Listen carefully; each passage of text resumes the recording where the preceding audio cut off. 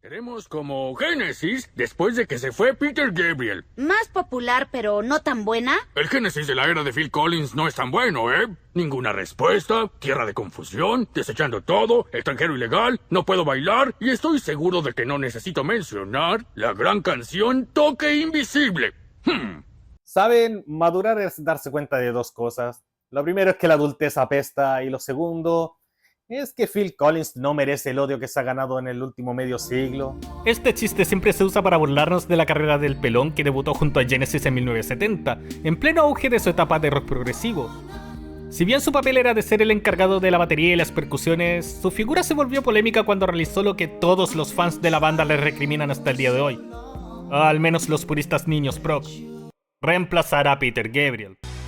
El que Phil haya tomado el rol de vocalista y que la banda fuera cambiando su estilo durante finales de los 70 y 80 es motivo de polémica, más cuando comenzó su carrera solista con el exitoso Face Value de 1981, un discazo por cierto. Y esto nos lleva a 1986, cuando Genesis comete el sacrilegio máximo para todo niño prog, a hacer un tema pop. How dare you? How dare you? Aunque ya hayan hecho eso antes.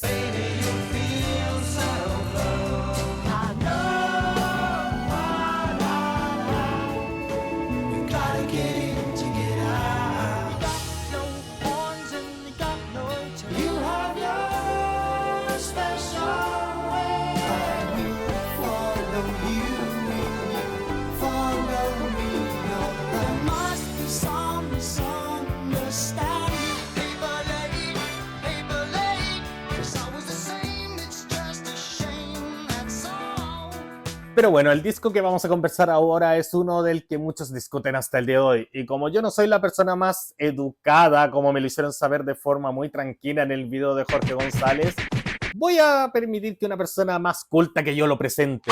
I think Invisible Touch is the group's undisputed masterpiece.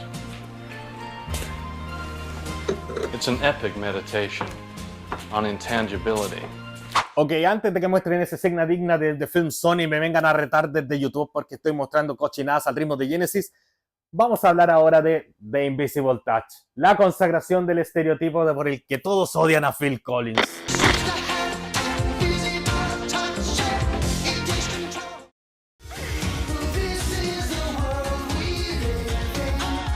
Para hablar de este álbum debemos irnos 2 años atrás, cuando ni siquiera estaba la idea de lo que iba a ser el sucesor de lo que fue el disco homónimo de 1983. Debemos examinar el origen y el impacto del antecedente más obvio que tiene Invisible Touch. Tras terminar de Mama Tour, los 3 miembros del grupo decidieron enfocarse en sus proyectos personales por un par de años. Creo que realmente es una cosa de madurez, disfrutamos de nosotros mismos, lo pasamos muy bien juntos y seguimos sintiendo que escribimos la música que nos hace sentir orgullosos. La existencia de Genesis obviamente no afecta a la carrera solista de nadie, y no hay razón para que lo haga, en tanto como egos individuales puedan ser contenidos en la situación, lo cual creo que puedes hacer en tus 30 de una forma que no podías a tus 20. El grupo puede soportarlo. Ay, Tony, pensar que esa frase no envejecería bien una década después. En fin, Mike Rutherford formaría Mike Plus The Mechanics, grupo pop que lanzaría singles exitosos junto a Paul Carrack y Paul Young. Seguro que conocen este pequeño tema.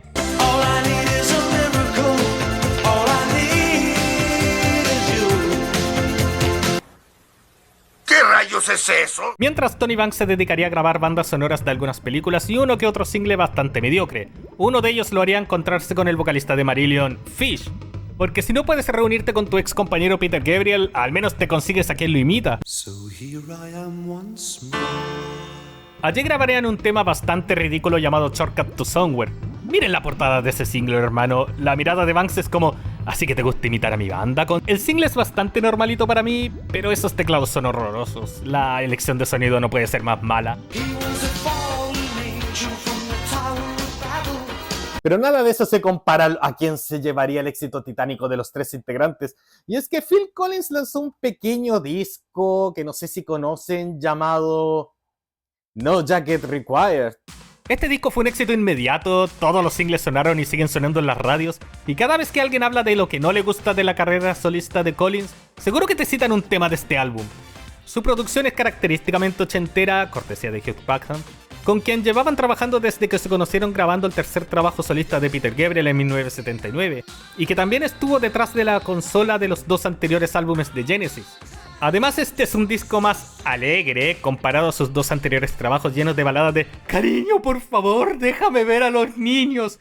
Esto fue producto de una decisión consciente del propio compositor.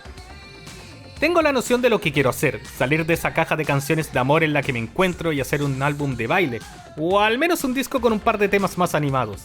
Eso no quita que no tengamos las baladas clásicas del corte como One More Night, pero también tenemos temas de pop más vanguardistas como lo son Take Me Home. También tendríamos varios temas que adelantarían lo que vendría con el sonido de Genesis, como por ejemplo Who Said I Would.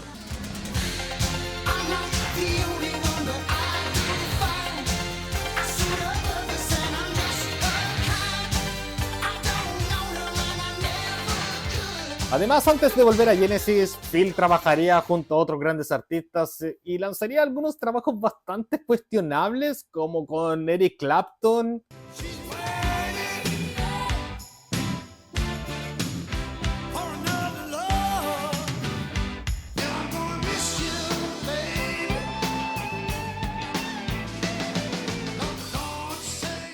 Y uno de los peores trabajos de Paul McCartney.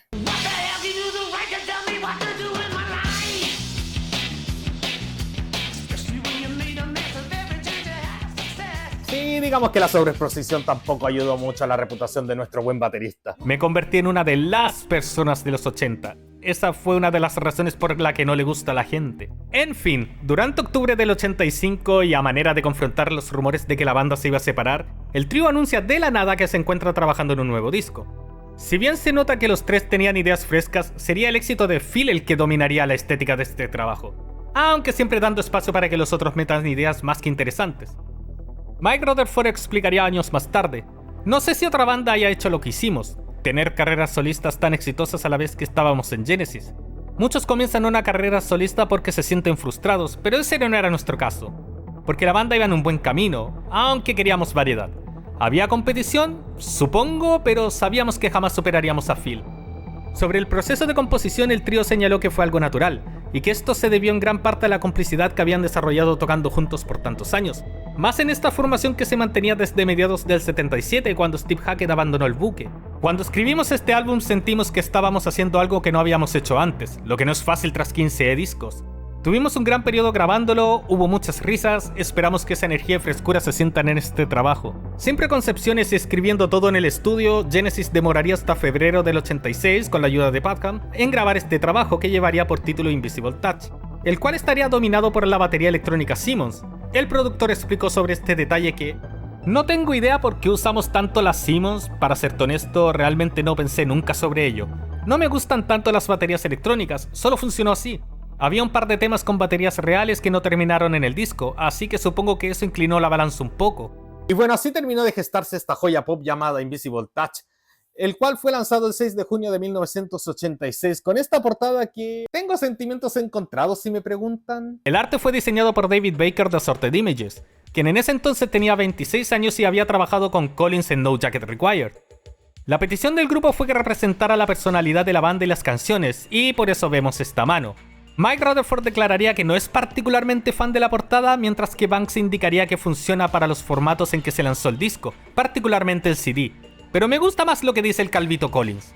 "Cuando ves esa imagen a cada lado del escenario en los estadios, sabes, es bastante potente.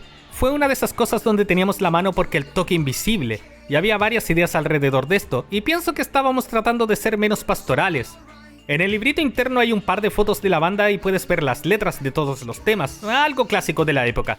Además de un mensaje para Angela y Tracy por alimentarnos. ¿Ah? Además, debemos considerar que si algo caracterizó a los 80 fueron los excesos, pero no particularmente del rock progresivo, sino que también MTV, los looks. En el caso del género de Genesis, los solos extendidos que llegaban a durar hasta 15 minutos fueron cambiados por melodías más accesibles, y los excesos se fueron más hacia el cabello y los looks. Durante la etapa de concepción hasta el lanzamiento de este disco se llevó a cabo el evento de los 80, que para muchos marca un antes y un después, el Live Aid, donde... ¡Oh, miren, es Phil Collins! Varios de los rostros de la época, incluyendo veteranos como David Bowie, Elton John y Paul McCartney, habían cambiado bastante su sonido, haciéndolo mucho más accesible que lo que venían haciendo antes. Quizás como respuesta nació algo denominado como neoprog, donde la cara más visible fue Marillion. en conjunto con otros exponentes como Pendragon o EQ, los cuales no me gustan mucho. Pero, ¿qué estaba sucediendo con los veteranos originales del rock progresivo, los contemporáneos de Genesis? Algunas de las bandas más importantes del género como King Crimson, Gentle Giant o Vandergraaf Generator ya no existían en esa época. Pink Floyd estaba peleando el nombre de la banda durante ese tiempo mientras componía Momentary Lapse of Reason, lanzado en 1987. Emerson, Lake and Palmer se convirtió en Emerson, Lake and Powell. Rush convirtió los excesos del prog en excesos de producción y de trucos de la época con su gran disco Power Windows. Durante ese mismo tiempo, Geddy Lee estaba considerado para producir Master of Puppets de Metallica, algo que no sucedió y que quizás profundice algún otro día. Yes fue quizás la banda que mejor pudo fusionar los mundos del prog con el pop, con su álbum 90125 de 1983, gracias a la llegada de Trevor Rabin y la producción y ayuda de Trevor Horn. Algo que terminaría con resultados totalmente opuestos en Big Generator del 87, el cual se estaba gestando en este periodo. Por eso encuentro que Invisible Touch es un disco que se debe usar para desmitificar eso de que la era Collins era bastante mala, porque hay harto que se puede ver aquí, mucho vanguardismo y pop bien hecho, y no hay tantas ganas de figurar de nuestro calvo, que es algo que jamás lo caracterizaría, ¿cierto? Darling, do you not feel a special connection between us? A certain magic? No, and I'll be honest with you, you're not really my type. ¿Cómo fue que pasó eso? Bueno, todo disco de Genesis parte con algo impactante. Lo hizo Selling England by the Pound con Dancing with the Moonlight Night, ni hablar de Mama en el disco homónimo, y para qué decir Abacab, que quizás no me guste mucho el disco, pero sí abre bastante bien. Obvio que partirán de forma épica. ¿Eh? Ok, seamos honestos, esto debió choquear a un par de puristas del prog. El tema título que parte del disco es un tema full pop.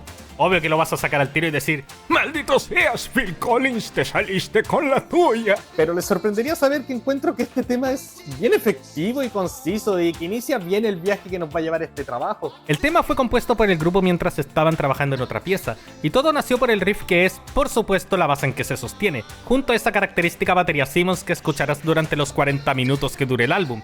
La composición surgió de un riff que Collins encontró parecido al tema The Glamorous Life de Sheila E.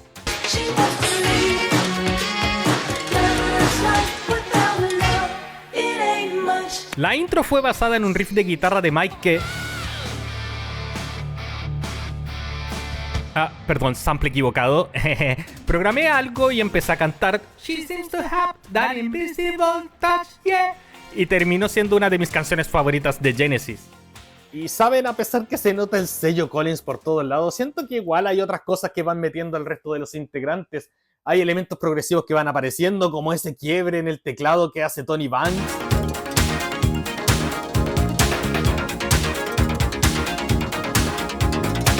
Además está ese estribillo que luego de escucharlo una vez no se te va a olvidar jamás.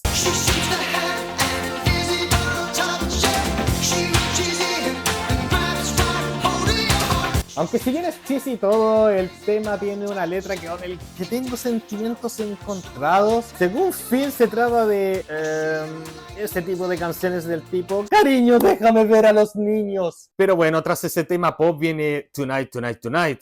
La canción parte como Donkey Kong Country 2.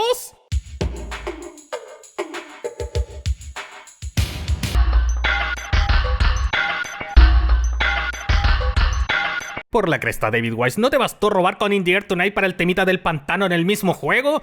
Miren, por años este tema me ha tenido contrariado, incluso cuando estaba escribiendo este guión junto a mis compañeros que me han ayudado, sobre todo ahora último, y con quienes ya formamos una sociedad basándonos en mis opiniones, porque así funciona la tiranía de un canal. Mentira. Estuvimos discutiendo sobre este. En general me gusta el mood más oscuro que contrasta con el amorío del tema anterior, y es que acá Phil Collins canta con más dramatismo, dándonos algunas tremendas tomas vocales, sobre todo en el estribillo. La producción de Brackham acá es impecable, destacando cada momento, armando cada pieza, una joya absoluta lo que hace este hombre. Ahora hay tres cosas que quiero destacar de acá. Lo primero es el quiebre instrumental entre Tony Banks y Phil Collins, que es una de las cosas más progresivas y experimentales acá. Para los que digan que Genesis renunció al prog pueden ser desmentidos.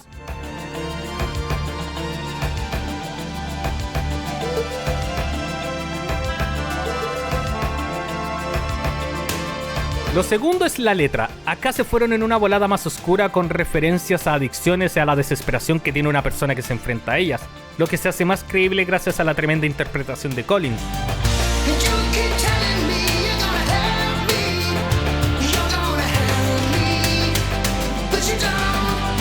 Y por último, es el tremendo rol de Rutherford en las guitarras, no solo creando atmósferas junto al sampler de Banks y un tremendo groove, sino que también mandándose un gran solo.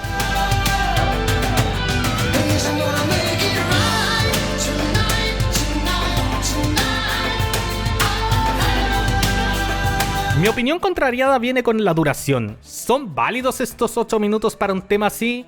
Pues por mucho tiempo pensé que no, que con menos tiempo se resolvería mejor, pero eso nos haría perdernos los buenos elementos que tienen, que no solo ayuda a entender mejor su atmósfera, sino que cocinan a fuego lento este tema. Así que sí, mi equipo tenía razón al respecto.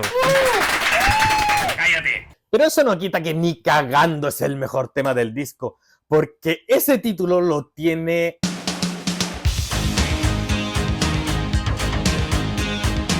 Y miren, lo voy a decir de inmediato, yo no conocí este tema por el estúpido cover de Disturbed, así que púdrete, David Draiman, vale.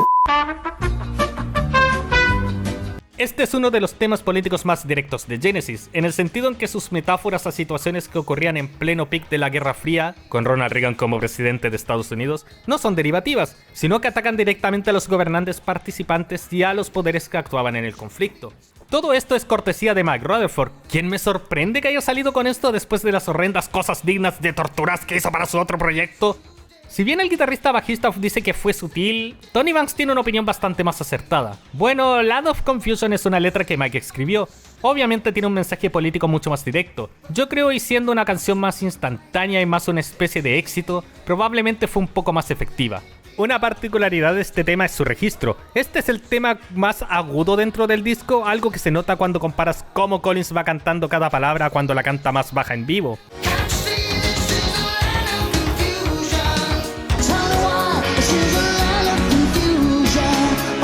Además, las letras que me recuerdan un poco un tema del pasado, Blood on the Rooftops, de su disco Wind and Wuthering, donde un espectador va cambiando la tele viendo los conflictos que suceden a su alrededor.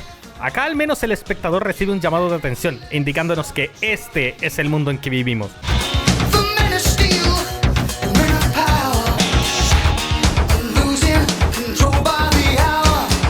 Pero sin duda lo más memorable es el videoclip, para mí el mejor de toda su carrera. Hecho a base de títeres de la misma banda como de los personajes de la historia que intentan contar con la canción, protagonizada por Reagan, que incluso sale vestido como Superman, ridiculizando ese concepto que se tenía de sí mismo, e incluso pegándole palos hasta We Are The World. Esta fue una colaboración entre el director Jim Jukic y Peter Flock y Roger Lowe, quienes estaban a cargo del show Spitting Image, donde a través de marionetas caricaturizaban cosas de la cultura británica, siendo Collins una de sus víctimas al burlarse de su, digamos, excesivo sensibilismo.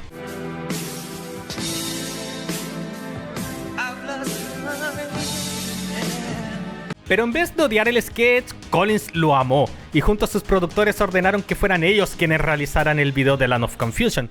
Decisión más que acertada, si me lo preguntan. Y bueno, este disco no va como lo pintan los haters de Collins. No hay ninguna balada soporífera que... Tengo que dejar de hablar antes de tiempo, ¿cierto? Ok, Into Deep, la balada del disco. Si les soy honesto, no soy el máximo fan de este tema. Es como una versión 2.0 de One More Night, la clásica cancioncita lenta de los 80 por la que muchos se burlan del pelao Phil.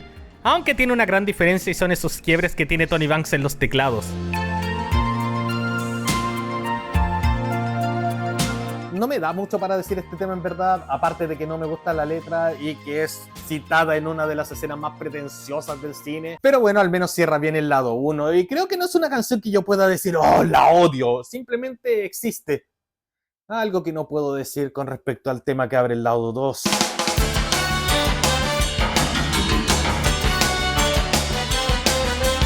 En serio, porque esto suena como una mezcla entre Danger Zone de Top Gun si hubiese tenido un hijo con un tema del Crash Bandicoot 2.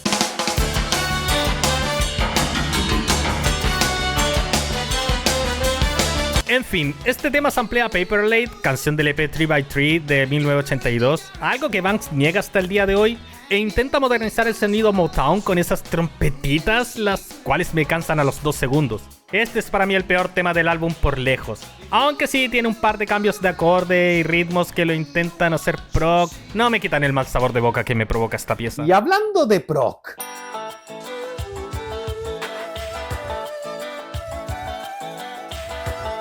Para todos los que digan que Genesis renunció al buen sonido experimental, esta suite demuestra que están equivocados. Este es el tema más extenso del álbum, que nuevamente recuerda a Blood on the Rooftops en cuanto a las letras, con las referencias de ver todo esto por TV y reaccionar de la forma en que lo hace una persona que lo ve todo a la distancia. El texto en verdad habla de las guerras nucleares y sus consecuencias, con una primera parte que se cocina a fuego lento con un buen ritmo secuenciado por cortesía de Banks y Collins, mientras que este último va tocando patrones que complementan este sonido de forma eficaz, tanto con la Simmons como con la batería real. La interpretación es tremenda hasta que llega ese momento quiebre en que todo se calma y se siente la desolación.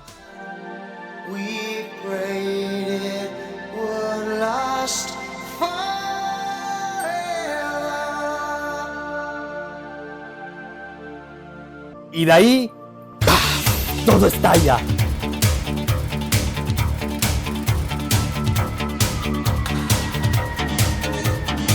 El tema se convierte totalmente en un número más rockero, con un bajo sintetizado a cargo de Banks, quien va intrincando varios sonidos en sus teclados, mientras Collins describe el desolador paisaje de una tierra afectada por esta poderosa arma, que en cualquier momento alguien la iba a disparar en Guerra Fría. Es una advertencia de una realidad bastante probable, pero con un ritmo frenético.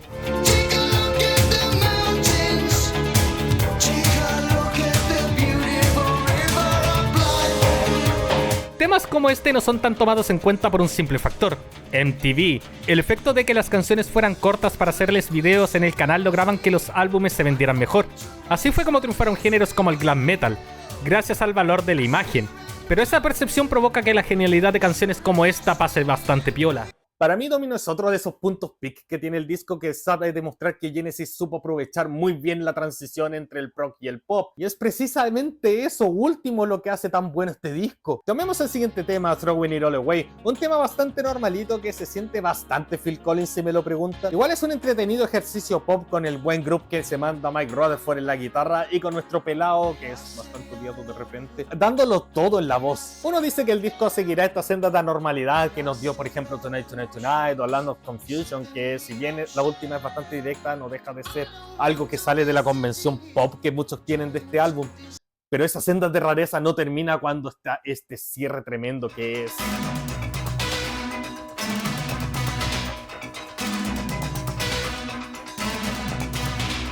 Dios mío, este instrumental. Este es una joya y mi segundo tema favorito del disco. Un increíble fill que se convierte en la base del tema, con un Tony Banks brillante en los teclados, con buenos sonidos de sintetizadores, para que vaya con varios quiebres entre las secciones que funcionan como un, entre comillas, estribillo. Lo mejor es que el número es un experimento electrónico que funciona de maravilla. Miren este quiebre cerca del final.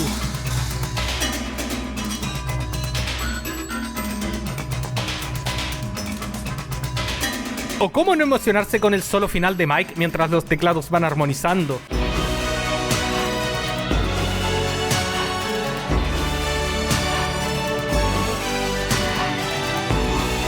The Brazilian es una pieza de relojería absoluta y la demostración fiel de que Genesis seguía siempre a la vanguardia. Un tema nacido bajo la absoluta improvisación y que se convirtió en uno de los mejores cierres de su discografía.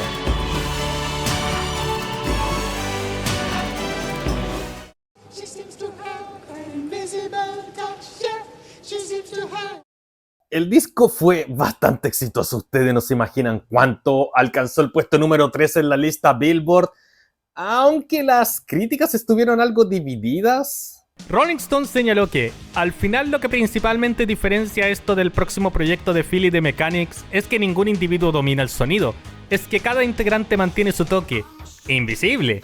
Y así como resultado es suficientemente pop. Pero más duros serían en The Chicago Tribune, que publicarían la infame reseña que se usaría como bandera de lucha por parte de los haters de Collins.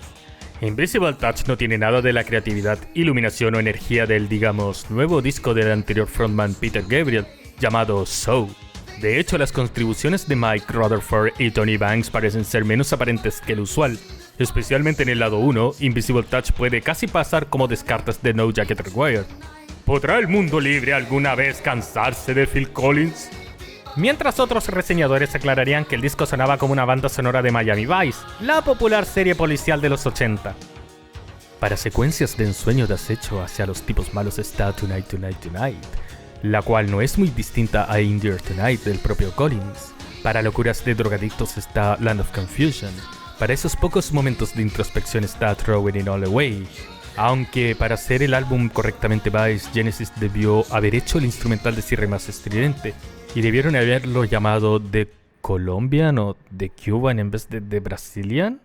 Perfecta para una persecución de bote en alta velocidad. Ok, el racismo de ahí fue un poquito innecesario. Poco de fascismo. Viene bien, viene bien, viene bien, viene bien. Pero eso no importa cuando te das cuenta que la banda realizó una gira bastante exitosa e impactante, lo que incluso los llevó a llenar 4 veces el estadio Wembley. Ciertamente los llevó a otro nivel. El álbum salió, fue número 1 y todo. Luego el año siguiente hicimos 4 noches en Wembley, el álbum volvió al número 2. Pienso en cuando hicimos esos shows en Wembley y creo que nunca sería tan grande como eso. Esta es nuestra cumbre, ¿sabes? Además los singles vinieron con algunos buenos B-sides como Feeding the Fire, que tiene unos buenos quiebres por parte del buen Collins y que si bien recuerda uno de los temas que el Calvo grabó con Clapton, es muchísimo mejor.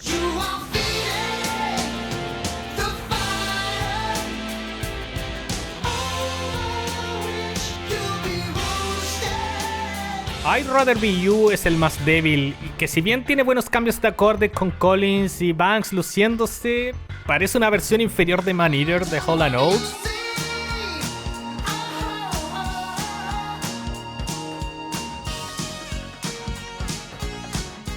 Y finalmente está Do the Neurotic, un tremendo instrumental que si bien suena como un tema de The Police, tiene un solo épico por parte de Mike Rutherford, una pieza que refleja lo experimental que podían ser.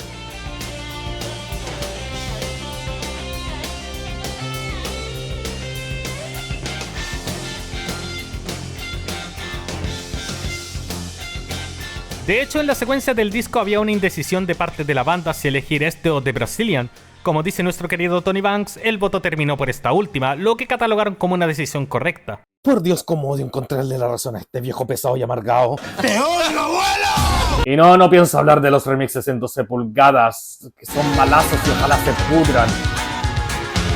Ahora, ¿yo qué pienso de este álbum? Si bien cuando joven no me gustaba tanto, siento que se ha ido ganando mi cariño cada vez más. O sea, sí, tiene temas que yo encuentro mediocre, como, no sé, Anything She Does, y otros temas que no son muy de mi preferencia, como Into Deep o Throwing It All Away. Pero todo eso se compensa con los tremendos puntos altos que tiene este disco. La producción, claro, estamos en esa época en que todo sonaba un poco sobreproducido, y Phil Collins era el niño símbolo de todo ello. Y si bien es una cápsula del tiempo, siento que con otro sonido el disco no tendría el encanto que tiene. Así que por mí, este disco está bastante bien, y quiero terminar esta reseña con una cita de Banks que refleja lo que es para mí la tesis de todo lo que he estado hablando en este momento, y que también explica por qué mucha gente odia a Collins en exceso y no debería hacerlo, porque todos olvidan que Genesis eran 3 integrantes que eran igual de dominantes. Cuando comenzamos en este negocio en 1969 o algo así, hicimos From Genesis to Revelation y estábamos con Jonathan King.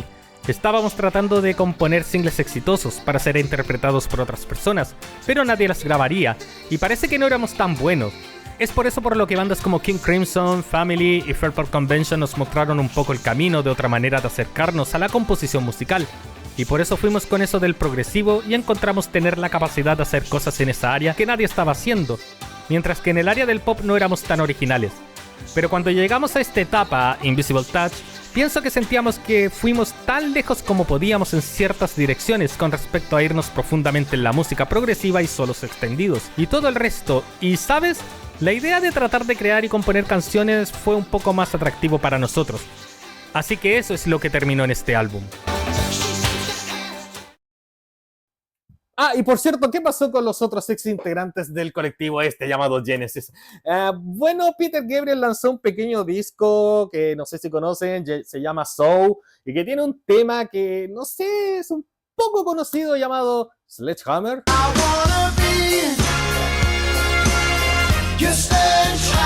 Tema que le quitaría el número 1 a Invisible Touch e incluso le ganaría un premio BMA a Genesis con su video de Land of Confusion. Viejo, todo calza. Pero bueno, basta de pop. Todos saben que el que siempre estuvo leal al rock progresivo fue Steve Hackett. Así que veamos, mientras todos se vendían al pop, ¿qué hacía Steve Hackett?